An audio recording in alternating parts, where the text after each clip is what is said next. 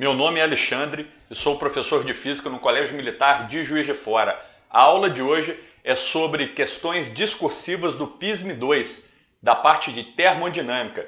Se você tem interesse nessa matéria, assista o vídeo até o final e, por favor, se inscreva no canal para continuar sempre assistindo os novos vídeos que eu lanço toda semana. Número 1. PISM, o FJF. Recipientes fechados que contêm gases podem ser expostos a grandes variações de temperatura. Eles sempre devem ter uma válvula de segurança que se abre de modo a evitar que a pressão interna se aproxime da pressão máxima a que eles resistem. Considere uma panela de pressão tampada contendo 1 mol de um gás ideal monatômico. Inicialmente a pressão atmosférica é a temperatura de 27 graus Celsius. Esse gás é aquecido até alcançar a temperatura de 177 graus Celsius. Se for necessário, considere que uma atmosfera igual a 10 elevado à quinta Newton por metro quadrado, constante universal dos gases R igual a 8,3 Joule por mol vezes Kelvin, 0 Kelvin igual a menos 273 graus Celsius e que a energia interna de um gás monatômico é dada por 3 meios de nRT. Letra A. Determina a variação de pressão do gás contido na panela devido ao aquecimento e a quantidade de calor fornecida ao gás durante este aquecimento. Letra B. Suponha que a válvula de segurança esteja obstruída. Assim que o gás atinge a temperatura de 177 graus Celsius, a pressão interna supera a pressão máxima suportada e a panela explode.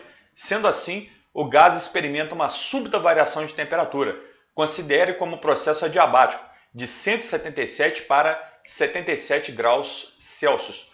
Calcule o trabalho total realizado pelo gás sobre as partes da panela. Então, pessoal, esse exercício é um clássico de termodinâmica. É considerar que a panela contém um gás semelhante ao gás ideal. Então, com essas ideias em mente, vamos começar a interpretar a questão número 1. A questão letra A, né? Variação de pressão. Você tem inicialmente a pressão do interior da panela como a pressão de uma atmosfera. Foi dado do exercício. Quando essa panela é aquecida, o volume da panela não se modifica. Então o gás no seu interior muda pressão e muda temperatura, mas não muda de volume. Portanto, é uma transformação isovolumétrica, ou isométrica, ou isocórica. São 3 nomes equivalentes. Então, para você poder calcular a pressão final desse gás, é legal lembrar da Lei Geral dos Gases Ideais. P1V1 sobre T1 igual a P2V2 sobre T2. Cortando o volume inicial é igual ao volume final em uma transformação isovolumétrica. Se você tirar o volume dessa expressão da lei geral, fica o seguinte: P1 sobre T1 igual a P2 sobre T2. Mas atenção, aqui tem a pegadinha do exercício. A temperatura tem que ser convertida para a escala Kelvin, ok? Gases ideais e termodinâmica sempre escala Kelvin. E com isso, você deve pegar a temperatura na escala Celsius e somar mais 273. Olha só, pressão inicial, 1 atmosfera, temperatura inicial, 27 graus Celsius, mais 273.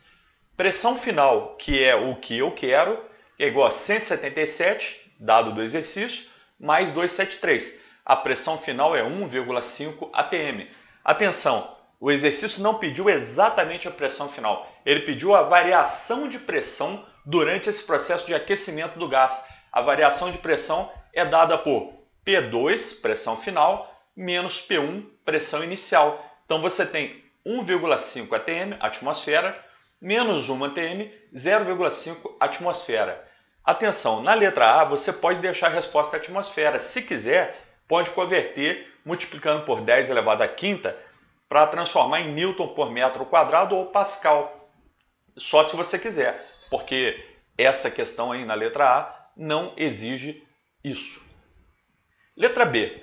O exercício pede a quantidade de calor trocada durante o processo de aquecimento desse gás. Para você conseguir calcular essa quantidade de calor, é interessante lembrar da primeira lei da termodinâmica, ΔU igual a Q menos tal. Lembre-se, esse processo é um processo isovolumétrico. O gás não realiza trabalho. Então você tem ΔU, variação de energia interna, igual ao calor envolvido na transformação, menos zero. Zero porque volume constante, essa transformação não envolve variação de volume, não envolve trabalho. Então você tem calor igual a ΔU, né? Resolvendo isso aqui. ΔU é 3/1000 de NR ΔT. Lá no enunciado, o exercício deu energia interna. Aqui nós temos a variação de energia interna, ΔU. A variação de energia interna é 3/1000 de NR vezes ΔT. ΔT é temperatura final menos temperatura inicial. Resolvendo isso com os dados do exercício, e atenção, ó, já convertendo, olha só, você tem o calor envolvido durante essa transformação como 1867,5 joules. Resposta do exercício. Aqui, de novo, é aquela conversão para a escala Kelvin. Número 2, PISM, o FJF. Uma máquina a vapor é uma máquina térmica que utiliza a pressão do vapor d'água. Considerando que o calor é uma forma de energia, este pode produzir trabalho. Conforme as leis da termodinâmica, as máquinas a vapor operam em ciclos. James Watt contribuiu de forma decisiva para a Revolução Industrial entre a segunda metade do século XVIII e a primeira metade do século XIX, nos processos de melhoria no motor a vapor. Mesmo após a invenção do motor a combustão no final do século XIX, ainda hoje são utilizados motores térmicos, por exemplo, nas usinas nucleares, para a geração de eletricidade. Analise as afirmações a seguir a respeito de máquinas a vapor, respondendo se são verdadeiras ou falsas, justificando sua resposta da maneira mais objetiva possível.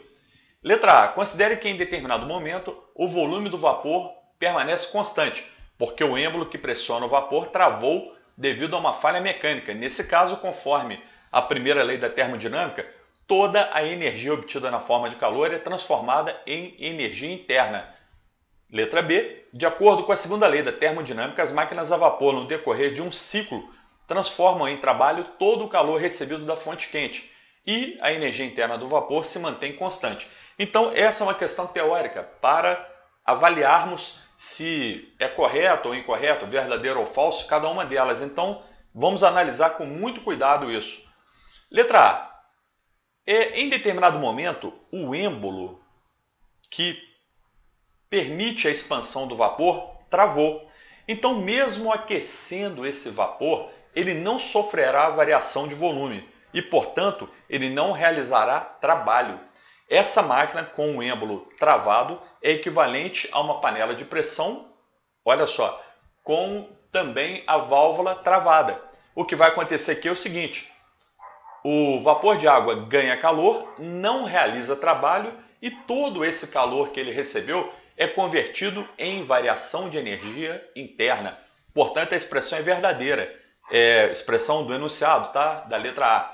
Então, a demonstração disso é a seguinte: considerando a expressão da primeira lei, ΔU igual a Q menos tal, calor menos trabalho realizado pelo gás, quando o êmbolo trava e o volume permanece constante, a variação de volume é nula e, portanto, o trabalho também é nulo. Desse modo, temos variação de energia interna igual a calor, ou seja, todo o calor que esse gás recebe neste processo com o êmbolo travado, uma transformação isovolumétrica, é convertido diretamente em aumento da agitação das moléculas desse gás em variação de energia interna. Letra B. De acordo com a segunda lei da termodinâmica, as máquinas a vapor, no decorrer de um ciclo, transformam em trabalho todo o calor recebido da fonte quente e a energia interna do vapor se mantém constante. Isso é falso. Na verdade, nenhuma máquina térmica é capaz de ter rendimento de 100%. Nenhuma máquina térmica transforma integralmente todo o calor que ela recebe em trabalho, em energia útil. Toda máquina térmica recebe uma quantidade de calor da fonte quente, rejeita uma grande quantidade de calor para a fonte fria e no meio desse processo realiza um trabalho que é a energia útil que nós extraímos dessa máquina térmica. Portanto, a afirmação B é falsa. Então, lendo aqui o gabarito da UFJF, é mais ou menos assim, ó. No funcionamento de uma máquina térmica, o trabalho realizado pela máquina é dado por trabalho igual a calor da fonte quente menos calor da fonte fria, onde QQ é o calor fornecido pela fonte quente e QF é o calor rejeitado para a fonte fria. Desse modo, é impossível uma máquina térmica apresentar rendimento igual a 100%. Por quê? Porque nós teríamos que ter aqui, ó, calor rejeitado para a fonte fria como zero, ou seja, todo o trabalho transformado integralmente em todo calor doado pela fonte quente transformado integralmente em trabalho. Isso aqui não existe. Ou seja, como a máquina térmica opera em ciclo, a energia interna até permanece constante. Ou seja, ó, essa partezinha aqui da resposta até é verdadeira, mas a resposta como um todo tem uma premissa falsa, ou seja, a premissa de afirmar que existe máquina térmica com rendimento de 100%. Exercício número 3. A figura abaixo representa um diagrama pressão-volume que mostra 3 transformações que ocorrem sobre um gás ideal, seguindo a sequência ABCD, onde as letras representam pontos iniciais e finais das transformações. E a seta está aqui, ó, o sentido das transformações. Os segmentos de reta B e CD representam transformações isocóricas, isovolumétricas, né? O segmento de reta BC, dado aqui, representa uma transformação isobárica. Sabemos que para os pontos A e B vale a reação PB igual a 2PA, ou seja, pressão em B igual a 2 vezes a pressão em A. Para os pontos AC vale a relação VC igual a 3VA. E para os pontos B e D vale a relação PD, pressão em D, igual a PB, pressão no ponto B, sobre 4. Considere que o gás seja composto por N igual a 0,2 mol de moléculas. Dados: constante universal dos gases ideais R aproximadamente 8,3 joules por mol vezes Kelvin. Calcule as temperaturas nos pontos A e D e encontre o trabalho total realizado pelo gás ao longo da sequência de transformações ABCD. Ok?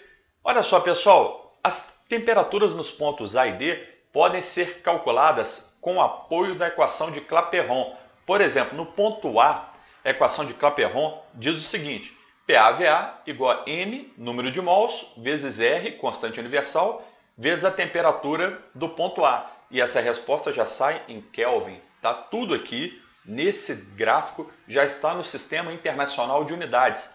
A pressão está em unidades de 10 a quinta Newton por metro quadrado e o volume está em unidades de 10 a menos 3 metro cúbico. Então a resposta aqui, substituindo, olha só, PA 3 vezes 10 a quinta, VA 1,5 vezes 10 a menos 3, N 0,2 mol, dado do enunciado, R 8,3 vezes TA, já me permite calcular TA igual a 271 kelvins, uma resposta direta no Sistema Internacional sem conversão de unidade. Você poderia pensar comigo, então para calcular a temperatura em D, a mesma coisa, né? Eu posso simplesmente usar a equação de Clapeyron para o ponto D, porém no ponto D, observe o gráfico, não temos dado diretamente a pressão do ponto D, ou do estado D do gás, né? E o volume desse estado. Não temos, mas temos como calcular. Por quê? Observe bem, vamos pensar em termos de pressão. A pressão no ponto D é a mesma da pressão no ponto C. Isso aqui, ó, CD, é uma transformação isobárica. Desculpe, o volume no ponto C é o mesmo volume do ponto D. É uma transformação isovolumétrica. E com isso, eu consigo resolver o exercício. Vamos pensar juntos, olha só. Pressão em B, 2 vezes PA, ok? Eu consigo achar a pressão em B. 2 vezes PA, 2 vezes 3 vezes 10 a quinta, 6 vezes 10 a quinta. Então, nesse ponto aqui, eu tenho pressão como 6 vezes 10 a quinta. Olha que interessante, é a mesma pressão do ponto C, ok? Posso calcular também a pressão no ponto D. Olha só, PD, dado do enunciado, é PB sobre 4. Por quê? Olha só, isso aqui foi dado. Ó. Pressão no ponto D, PB sobre 4. 6 vezes 10 a quinta, 1,5 Newton por metro quadrado. Posso também calcular o volume no ponto D. Volume no ponto D é 3 vezes o volume do ponto A. Observem bem, ó, volume no ponto D é o mesmo do volume no ponto C. É o mesmo volume. é uma transformação isovolumétrica. Então, VD igual a VC, que dado do enunciado, 3VA. 3 vezes 1,5 vezes 10 a menos 3, 4,5 vezes 10 elevado a menos 3 metro cúbico. Com isso aqui, olha só, eu posso resolver o exercício todo. Por quê? Ele quer a temperatura no ponto D ou no estado D do gás. Nós temos PD vezes VD igual a NR vezes TD. Equação de Clapeyron. Vamos lá, olha só. Pressão no ponto D, olha que interessante. Ela está aqui, ó, 1,5 vezes 10 à quinta. A pressão no ponto D, dado do enunciado, igual a pressão no ponto B sobre 4. 1,5 vezes 10 à quinta. Volume no ponto D, eu acabei de calcular. Volume no ponto D é igual ao volume no ponto C, que é 3 vezes VA. Ok? 4,5 vezes 10 a menos 3, não esqueça aqui da potência de 10, tá? N, número de mols, dado 0,2, R, 8,3 vezes TD. Resolvendo isso, temperatura no ponto D, 406 kelvins. Ok?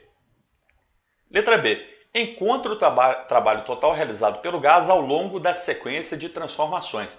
Coloquei aqui algumas coisas que eu calculei na questão anterior e que me ajudam.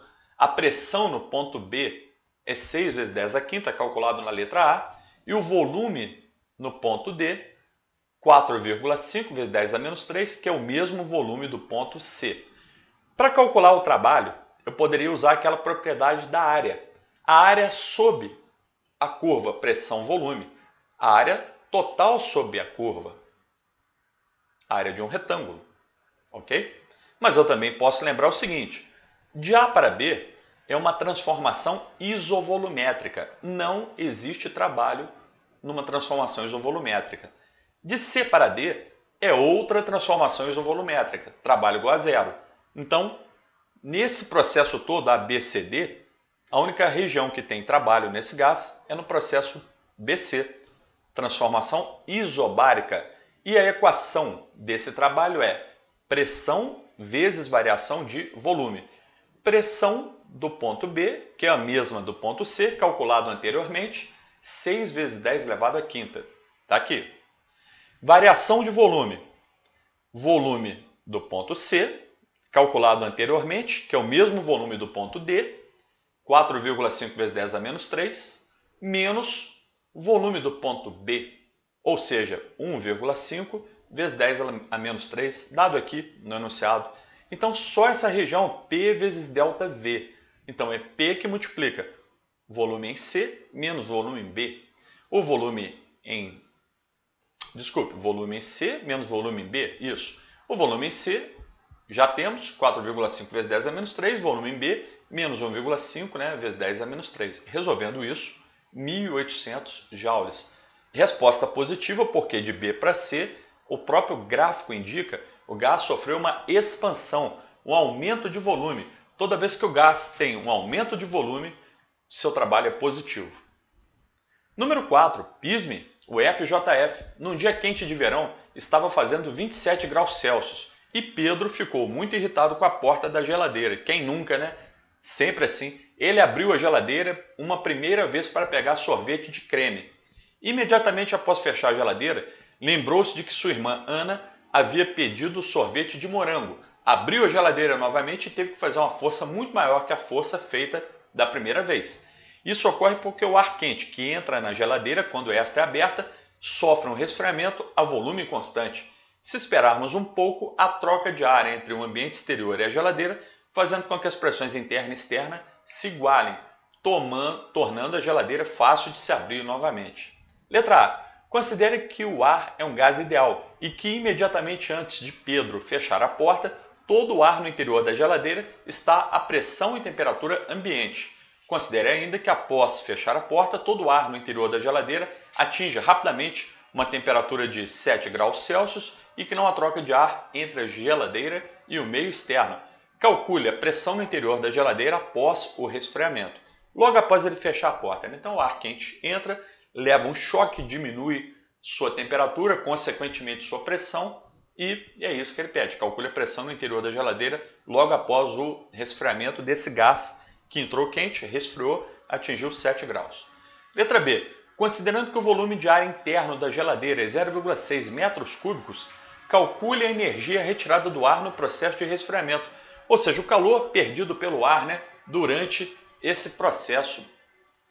Então, letra A, olha só, o gás ideal, quando ele é encerrado na geladeira, quando ele está ali, né, aquele ar, considerando esse ar, um gás ideal, logo após a porta fechada, nós podemos afirmar que esse gás que entrou a 27 graus Celsius sofre uma transformação isovolumétrica, de novo, hein? Ela está sempre presente no PISM-2, tá? Uma transformação isovolumétrica, volume constante, e resfria para 7 graus Celsius. Então ele entra a 27, que era a temperatura ambiente na casa do Pedro, sofre uma transformação isovolumétrica rápida, diminui a temperatura e, consequentemente, sua pressão para o valor que o exercício pede. A temperatura diminui para 7 graus Celsius. Então, lembrando a você, a equação da Lei Geral dos Gases que permite calcular isso é P1 sobre T1 igual a P2 sobre T2. Cortando os volumes, né? Como eu falei, aquela equação geral P1V1 sobre T1 igual a P2V2 sobre T2, corta volume e se transforma nessa aqui. P1, 1 atmosfera, pressão do ambiente onde o Pedro se encontra, sobre 27 mais 273, temperatura inicial do ar quente que entrou na geladeira, igual a P2, que é o que o exercício pede, sobre 7 mais 273. É a conversão para escala Kelvin, tá? Resolvendo isso dá 0,933 atmosfera, como era previsto. O ar entrou quente, resfriou, pressão caiu. Transformação isovolumétrica funciona assim. Quando a temperatura cai, a pressão também cai. Letra B. Considerando que o volume do ar interno da geladeira é 0,6 metros cúbicos, calcule a energia retirada do ar no processo de resfriamento. Quando se trata de gás ideal, sofrendo transformação isovolumétrica, é bom lembrar da primeira lei da termodinâmica. A primeira lei da termodinâmica ela diz o seguinte: variação de energia interna igual a calor, que é o que o exercício pede, menos trabalho. Trabalho é zero. Transformação isovolumétrica, o gás não expande e nem contrai. Portanto, ele não realiza trabalho e nem recebe trabalho. Então, a primeira lei fica ΔU igual a Q menos zero. Colocando isso na ordem mais fácil de trabalharmos, calor, que é o que o exercício pede, é igual a ΔU, que é 3 meios de NR vezes ΔT. Ok? Essa é a equação 1. Por que eu não posso simplesmente usar a equação 1? Porque eu não tenho nem o número de mols do gás e nem a constante universal do gás. Isso não foi dado. Mesmo que você saiba de cor a constante universal, isso não vai ajudar muito, porque ela não foi fornecida na prova. Então, não é legal você introduzir ali uma constante que não foi dada. Mas eu posso isolar o produto NR. Eu sei quanto esse produto NR vale. Por quê? Porque, olha só, estado inicial do gás, P1V1 igual a NRT1, ok? Equação de Clapeyron. Isolando o NR, eu posso afirmar o seguinte: o número de mols desse gás na geladeira vezes a constante universal do gás, lembrando a você que aqui não houve nem variação no número de mols, nem na constante. Ela é uma constante, então ela não varia ao longo do nosso estudo. N vezes R, o produto N vezes R igual a P1V1 sobre T1. Ok? O volume da geladeira foi dado. É o mesmo volume do gás, que é 0,6. A pressão inicial foi dada, 1 atmosfera, que aqui nós vamos converter para Newton por metro quadrado. Basta substituir o valor 1 atmosfera por 10 elevado à quinta Newton por metro quadrado. Isso é dado na prova. Então, pegando esse valor aqui, que eu chamei de equação 2, e substituindo nesse ponto da equação 1, eu fico o seguinte: calor igual a 3 meios de P1V1 sobre T1 vezes ΔT. Lembre-se, P1, 1 atmosfera, que é equivalente a 10 à quinta. Volume inicial, 0,6 metros cúbicos, já no Sistema Internacional de Unidades. Temperatura inicial, T1, 300 kelvins, convertida anteriormente. Variação de temperatura. Aí é interessante você lembrar, ó, temperatura final menos inicial. A final era 7 graus Celsius, que são 280 kelvins, e a inicial 27 graus Celsius, que são 300 kelvins. Se você quisesse fazer a variação de temperatura diretamente na escala Celsius, poderia. Por quê? Dá menos 20 graus Celsius de variação de temperatura. Como a escala Celsius e a escala Kelvin têm a mesma graduação para cada unidade, ou seja, o tamanho do grau Celsius é equivalente ao tamanho da unidade Kelvin, a variação de temperatura das duas é idêntica. Então, mesmo que você não convertesse aqui, colocasse diretamente menos 20, a resposta estaria correta e a UFJF te daria o ponto integral pela questão. Resolvendo isso, o calor dá menos 6.000 joules. Detalhe, é muito comum em calorimetria, calor em caloria, mas em termodinâmica é mais comum calor em joule, tá? Joule é a unidade do sistema internacional. Número 5. Sabe-se que o gás hélio é um gás ideal cuja massa molar vale m igual a 4 gramas. Então, 1 mol de hélio tem 4 gramas de massa. Seja uma massa de 20 gramas de gás hélio, então é mais de 1 mol de hélio, né? Que se expande a pressão constante, devido ao aumento na temperatura T. O gráfico na figura ao lado, que aqui está abaixo, tá? Mostra o comportamento do volume V em função da temperatura T para esse processo particular. Então, esse gráfico é a representação de uma expansão, né, de 0,3 para 0,9 metros cúbicos, devido a um acréscimo de temperatura de 200 para 600 kelvins. Sabendo que o calor específico do hélio sob pressão constante é Cp igual a 1,25 caloria, olha ela aí, a caloria, né, dividido por grama vezes Kelvin, determine. Letra A, a pressão sob a qual se realiza o processo. B, a quantidade de calor em caloria que o gás recebe durante o processo de expansão. Letra C, o trabalho realizado pelo gás no processo de expansão. Letra D, a variação de energia interna sofrida pelo gás. Então, letra A, pressão sob a qual se realiza o processo. Aí vamos pegar um apoio da equação de Clapeyron, PV igual a nRT. Porém, nós temos que saber o número de mols desse gás. Dá para calcular de cabeça, né? 1 mol, 4 gramas. 5 mols, 20 gramas. Isso é muito comum na química. Regra de 3 para calcular. Mas a gente pode também usar essa equação aqui, ó. 20 sobre 4, 5 mols, ok? Nada demais, não? Você poderia fazer regra de 3 ou apenas colocar N igual a 5. Então, ó, PAVA igual a nRTA. Poderia usar PBVB igual a nRTB? Pode, não tem problema nenhum. Eu usei apenas o primeiro ponto do gráfico. Resolvendo isso, dá 27.300 newtons por metro quadrado. Essa é a pressão no Sistema Internacional de Unidades. Essa pressão é constante, ou seja, PA é igual a PB, é constante, o próprio enunciado falou, é uma transformação isobárica. Letra B, a quantidade de calor em caloria que o gás recebe durante o processo de expansão. Essa ficou fácil. Ele deu a massa do gás, deu o calor específico do gás em uma transformação isobárica. Então, é só substituir. Variação de temperatura você retira do gás. Ó. Pressão final do gráfico, né? Menos pressão inicial. Então, MC delta T, 20 dado do enunciado, 1,25 dado do enunciado, 600 dado do gráfico, 200 dado do gráfico. Resolve e acha, olha só, 10.000 calorias. Então esse gás ganhou calor, aumentou o volume e aumentou sua temperatura. O trabalho realizado pelo gás. O trabalho ele pode ser calculado pela expressão da transformação isobárica. Trabalho em uma transformação isobárica pode ser calculado como pressão vezes variação de volume. A pressão calculei na letra A, 27.300 aproximadamente, tá? Deixa eu só conferir aqui. Não, certinho, exato. 27.300. Volume final do gráfico, 0,9, menos volume inicial, 0,3. Isso aqui dá um trabalho igual a 16.380 joules. Conforme a teoria diz, né? O gás sofreu uma expansão, então ele realiza trabalho, esse trabalho é positivo. Letra D, variação de energia interna sofrida pelo gás.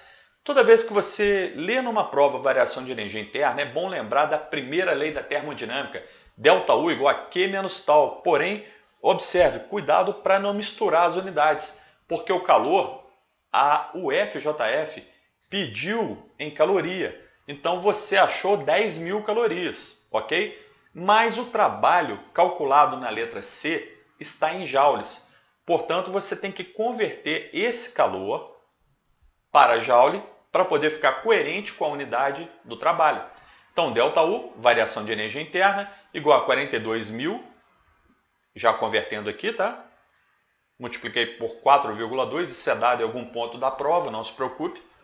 Conversão de caloria para joule, né? Uma caloria, aproximadamente 4,86 joules, 4,2, menos 16.380.